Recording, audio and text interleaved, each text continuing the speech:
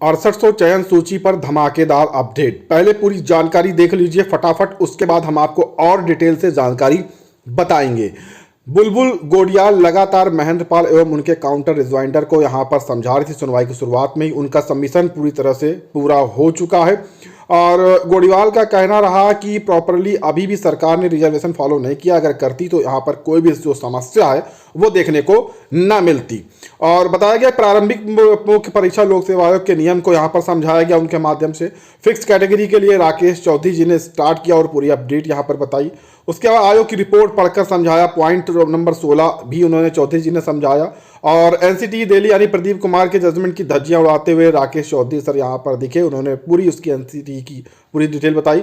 General के वकील चतुर्वेदी साहब कोर्ट से बाहर गए। उसके बाद फिर यहाँ पर एलपी मिश्रा जी आए, जिनका इंतजार लगभग सभी छात्रों का था उनकी बहस का, और एक्सपर्ट है तो उन्होंने सीमित समय में समाप्त कर दिया। और जज साहब टू एलपी मिश्रा की चीज़ें यहाँ पर बातचीत कुल मिलाकर होने लगी, जहां पर देखने को मिला कि जज साहब एलपी मिश्रा को ध्यान से सुनते, क्योंकि उन्होंने जो चीज़ें बताई बहुत ही स्पष्ट की।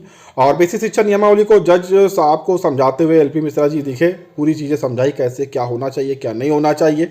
उसके बाद 6800 की नियुक्ति में अभी देरी, संविधान और कोर्ट की अवहेलना होगी, ऐसा भी एलपी मिश्रा सर ने कहा कि अगर अब भी 6800 शिक्षक भर्ती तुरंत पूर्ण नहीं होती है, सूची पूर्ण नहीं होती है, तो यहाँ पर हाई कोर्ट की अवहेलना होगी, ये उनके लिए सही नहीं रहता है। फिर यहाँ पर ATRE तो नियुक्ति के पहले का पात्रता मानदंडों में से एक है, खेल के बाद भी शुरू होगा, ये एलपी मिश्रा सर ने ऐसा कहा। इस चीज़ को AT जो RE है इस मामले को दोबारा से यहाँ पर उठाया गया और जज साहब एलपी मिश्रा जी की बहस से सहमत भी दिखे और कहा कि ATRE सिलेक्शन प्रोसेस का हिस्सा फिलहाल 6800 चयन सूची में नहीं है, क्योंकि इस पर लगातार लोग पक्ष रख रहे थे। ठीक है, फिर यहाँ पर चीज़ें देखने को मिली कि राघवेंद्र प्रताप सिंह सर राम शरण मौर्य के ऑर्डर से साफ हुआ कि ATRE पार्ट ऑफ सिलेक्शन नहीं है, यानी कि 6800 सूची का सिलेक्शन का कोई भी पार्ट नहीं है। एलपी मिश्रा सर ने स्पष्ट कर दिया।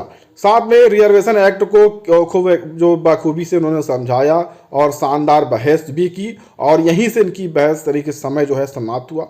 कल के लिए इसको लगा दिया गया और कल लंच के बाद फिर सुना जाएगा और शुरुआत होते ही एलपी मिश्रा सर फिर से बहस करेंगे।